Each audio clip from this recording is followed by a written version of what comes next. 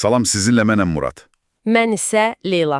Zehin Pod təqdimatında hazırlanan bu müzakirəmizə xoş gəlmisiniz. Bugün sizinlə Umberto Eco'nun orta əsrlər haqqındakı əsərinin səhifələrinə baş vuracağıq. Bəli, bugün 13-cü, 15-ci əsrlər Avropasındayıq. Çox, necə deyərlər, çalxantılı, amma bir o qədər də maraqlı bir dövr. Missiyamız nədir bəs?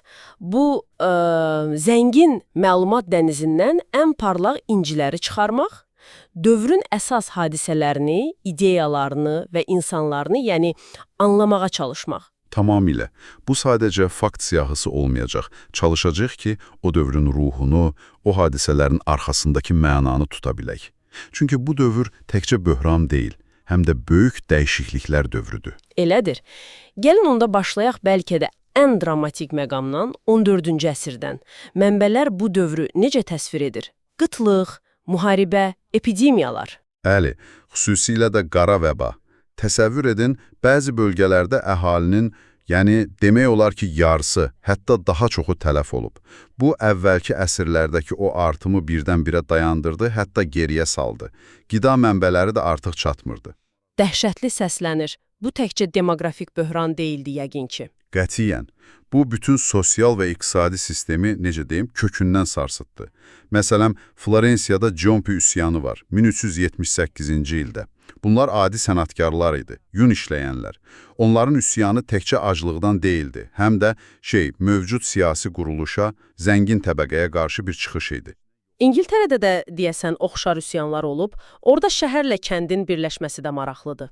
Bəli, bu narazılıqlar geniş vüsət almışdı. Üstəlik bir də 100 illik müharibə gedirdi axı. Hə, o da var. 1037-də başlayır deyəsən, İngiltərə və Fransa arasında. Amma bu təkcə torpaq davası deyildi, eləmi? Düzdür. Bu həm də fərqli döyüş üsullarının toqquşması idi. Məsələn, Kressi döyüşünü götürək. İngiliz oxçuları o uzun oxları ilə fransızların o ağır zirehli cəngavər süvarilərini necə darmadağın etdilər. Bu, artıq köhnə qaydaların işləmədiyini göstərirdi. Bütün bu qarışıqlıq içində bir də kilsə ilə dövlətlərin münasibətləri var, o da gərginləşir deyəsən. Hə, özdə necə? Mənbələr, xüsusilə Papa 8-ci Bonifacius ilə Fransa kralı 4-cü Filip arasındakı o mənşur münaqişədən çox bəhs edir. Kralın adamları gedib Papanı öz sarayında, Anagnidə təhqir edirlər. Anagni şilləsi deyirlər buna. Vay. Bu hadisədən sonra nə oldu? Bundan sonra 1309-cu ildən etibarən papalar Romadan köçüb Fransanın cənubunda, Avignonda məskunlaşdılar. 70 ilə yaxın bir müddət. Buna Avignon əsarəti deyilir. Yəni, papalıq birbaşa Fransa kralının təsiri altına düşdü. Bu, papanın nüfuzuna çox böyük zərbə idi. Deməli, mərkəzi kilsə hakimiyyəti zəifləyirdi. Amma İngiltərədə sanki əksinə, kralın hakimiyyəti məhdudlaşdırılırdı. O Magna Carta məsələsi. Bəli, o daha əvvəl olmuşdu 1215-ci ildə. Yurdsuz Johnu məcbur etmişdilər imzalamağa. O zadəganların kilsənin hüquqlarını təsdiqləyirdi, kralın bəzi səlahiyyətlərini məhdudlaşdırırdı. Bu, belə deyək də, parlamentarizmin təməl daşlarından biri sayılır. Yəni, fərqli yerlərdə fərqli proseslər gedirdi. Müqəddəs Roma imperiyası necə? Orada vəziyyət fərqli idi deyəsən? Orası daha çox parçalanmış bir quruluşuydu, amma orada da Habsburglar kimi güclü sülalələr yavaş-yavaş önə çıxmağa başlayırdı. Məsələn, 1-ci Rudolf 1273-cü ildə imperator seçilir. Amma ümumilikdə o imperiya heç vaxt Fransa və ya İngiltərə kimi mərkəzləşmiş bir dövlətə çevrilə bilmədi o dövrdə. Maraqlıdır. Hətta Templar ordeni kimi çox güclü bir təşkilatın ləğvi də bu dövrə təsadüf edir. Bu da yəqin kralların güclənməsinə xidmət edirdi. Əlbəttə. Və Clement Papa olanda 1312-ci ildə əsasən Fransa kralının təzyiqi ilə bu orden ləğv edildi. Onların böyük sərvəti və təsiri vardı. Bu da kralları narahat edirdi.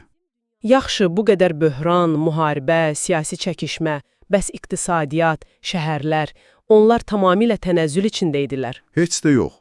Bax, bu da dövrün ziddiyyətidir. Böhranlara baxmayaraq, şəhərlər xüsusilə İtaliyada, Venetsiya, Genuya, Florensiya kimi və Şimali Avropada Hansa Birliyi şəhərləri, Lübeck başda olmaqla inkişaf edirdi. Ticarət yolları işləyirdi. Venesiya demişkən, orada deyəsən siyasi sistem də maraqlı idi. O böyük şuranın bağlanması. Hə, Serrata del Maggior Concilio. 1297-ci ildə. Bu əslində idarəetməni bir neçə zəngin ailənin əlində cəmləşdirən, yəni oliqarxik sistem quran addım idi. Amma bu Venesiyaya müəyyən bir sabitliyi də gətirdi. Deməli, ticarət canlanırdı. Bu isə yəqin ki, təkcə malların deyil, həm də fikirlərin, ideyaların yayılmasına kömək edirdi. Universitetlər falan. Tamamilə doğru. Universitetlər Paris, Bologna, Oxford əsl intellektual qaynayan qazanlar idi.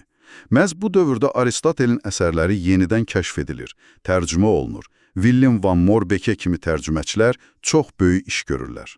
Və bu, sxolastika dediyimiz fəlsəfi cərəyanın inkişafına təkan verir, eləmi? Thomas Aquinalı, Duns Scotus, Occam William. Bəli. Onlar imanla ağlı, dinlə fəlsəfəni uzlaşdırmağa çalışırdılar. Məsələn, Aquinalının 5 yolu Tanrının varlığını məntiqlə sübut etməyə cəhdidir. Çox mürəkkəb, dərin müzakirələr gedirdi.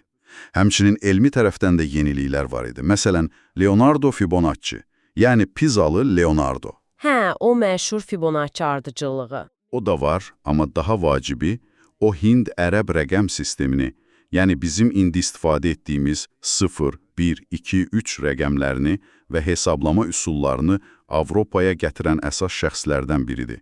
Liber Abaçi kitabı ilə. Bu ticarət üçün, riyaziyyat üçün, elm üçün əsl inqilab idi. Düşünün, Roma rəqəmləri ilə hesablama nə qədər çətin olardı. Doğrudan da ərəb dünyasının təsiri təkcə riyaziyyatla məhdudlaşmırdı yəqin. Qətiyyən. Tibb sahəsində İbn Sina, Avicenna, fəlsəfədə İbn Rüşd, Əvərrüz. Onların əsərləri latıncaya tərcümə olunub, universitetlərdə əsas mətnlərə çevrilmişdi. Hətta Quranın latıncaya tərcüməsi də Muhreddin Pierin təşəbbüsü ilə məhz bu dövrlərə aiddir.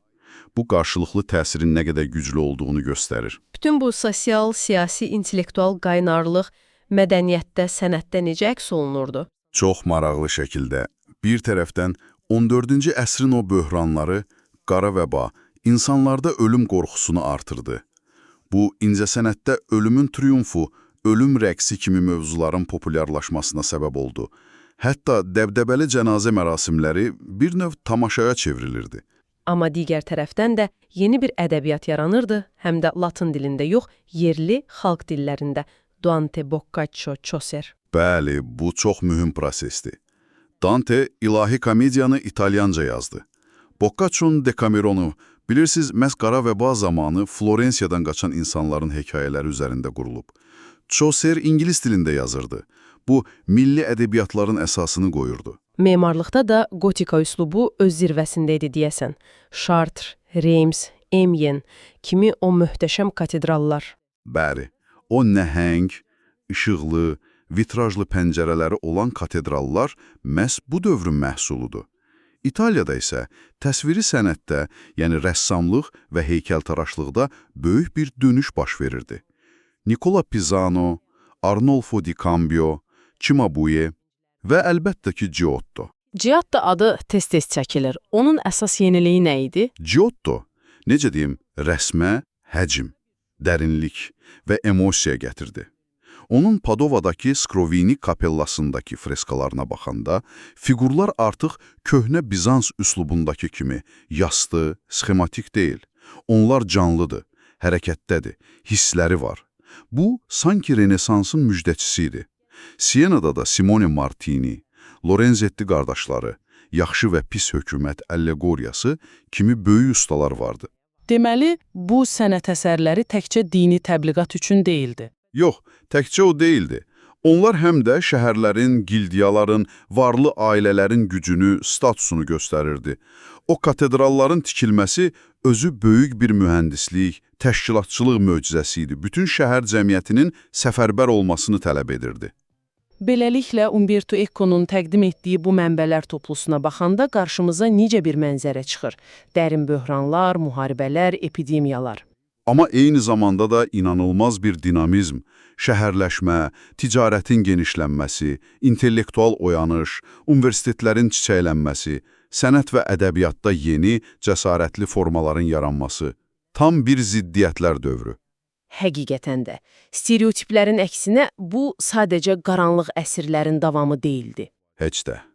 Əksinə, bu Avropanın gələcək tarixini, hətta müasir dünyanın bünövrəsini formalaşdıran çox mühüm transformasiyaların baş verdiyi bir zamandır.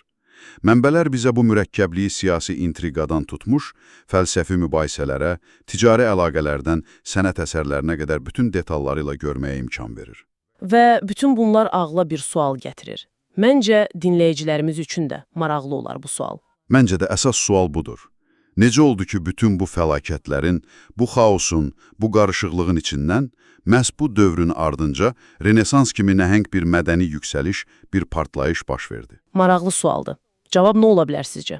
Bəlkə də məhz bu böhranlar köhnə strukturları, köhnə düşüncə tərzini o qədər sarsıtdı ki, yeni yollar axtarmağa, yeni fikirlərə, insanın özünə, onun yaradıcılıq potensialına daha çox diqqət yetirməyə məcbur etdi.